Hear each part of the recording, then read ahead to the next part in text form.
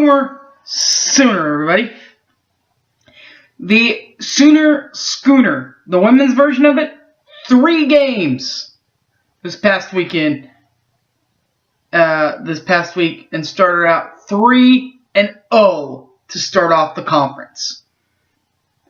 Actually, the last 2 on the road, the games at Kansas and at Tech.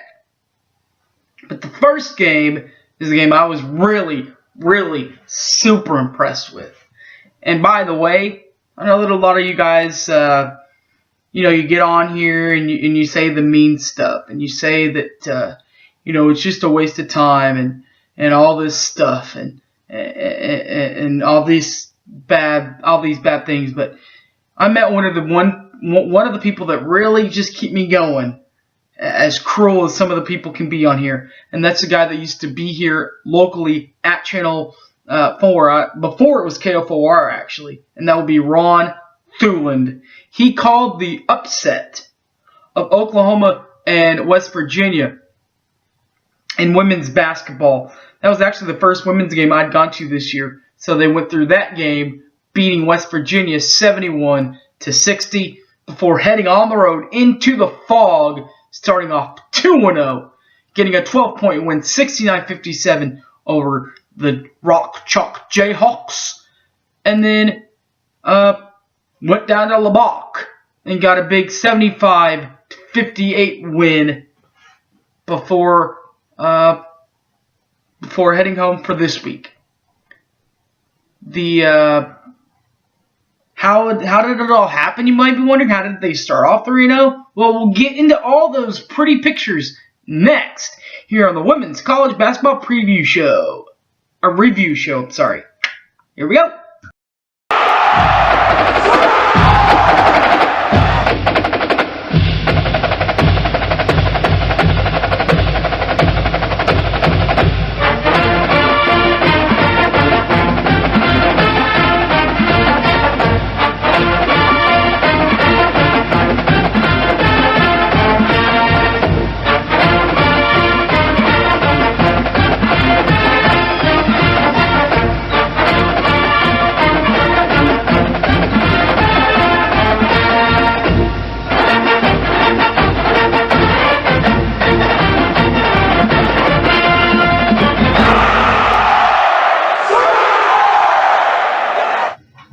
Welcome back to the OU Women's Basketball Review Show. And we'll start with that game I was just talking about, where I got to meet Ron Thuland after the upset. And that was when Oklahoma played West Virginia. And it was probably by far the best first and second half I've seen this team play in a while. Oklahoma just completely dominated them. Statistically, got the turnovers, and still only won by 11 points. But the Sooners defense gets scrappy and a little physical, particularly in the last 10 minutes of this ball game. Now, what I mean by the headline in this, I think we were heading into the 10-minute break, and Oklahoma only had about 2 fouls, maybe 1 foul. So they were able to get a little bit more tougher, a little bit more physical down for the defense. But statistically, West Virginia, in the first half, West Virginia shot 36.7% from inside the arc and 27.3% from the three-point line. While the Sooners, they shot 41.9% from inside the arc and 38.5% from behind the arc. And we're at intermission. After the break, West Virginia shot 37.5% and didn't hit a three-point shot at all. They were cold from behind the arc because of that smothering Sooner D I was talking about in the second half. Offensively, in the second half, the Sooners stayed hot from inside the arc, 50% from inside the arc. 50.0% from inside the arc. But cooled down just a pinch from outside the arc, hitting just 25%. For the game, the Mountaineers shot 31.7% from inside the arc and 15.8% from behind the arc, while the Sooners shot 45.6% from inside the arc and 35.3% from outside the arc. The statistical boards were led to this first game of the week, by Joya Carter, number 25, and was also named the Offensive Player of the Week for that week. With starting it off with, number 25, Joya Carter, 24 points on the point board. The assist board for Joya, number 25, Joya Carter, she was tied with number 21, Gabby Ortiz, with 3 assists. And the rebounding boards went to Joya as well, 8 boards on the night. The shot of the game was when number 24, Shireen Campbell, Olds, now married, drained in a 3-point shot to put the Sooners up 62-55 midway through the second half. The assist went to number 21, Gabby Ortiz.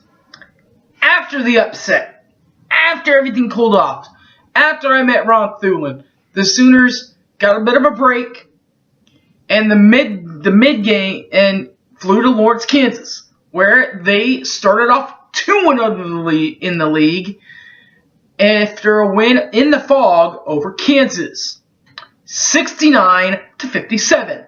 First half statistics. Oklahoma in the first half shot 41.9% in the first half and 33.3% from behind the arc. For Kansas, they shot 41.4% from inside the arc and 30% from outside the arc, and we are at the intermission mark. After the intermission session, Oklahoma shot 40.7% inside the arc and 25% from the three-point line, while Kansas shot 47.8% from inside the arc and 41.7% from outside the arc. For the game, Oklahoma shot 41.4% from inside the arc, and from the three-point line, Oklahoma shot 30.8%,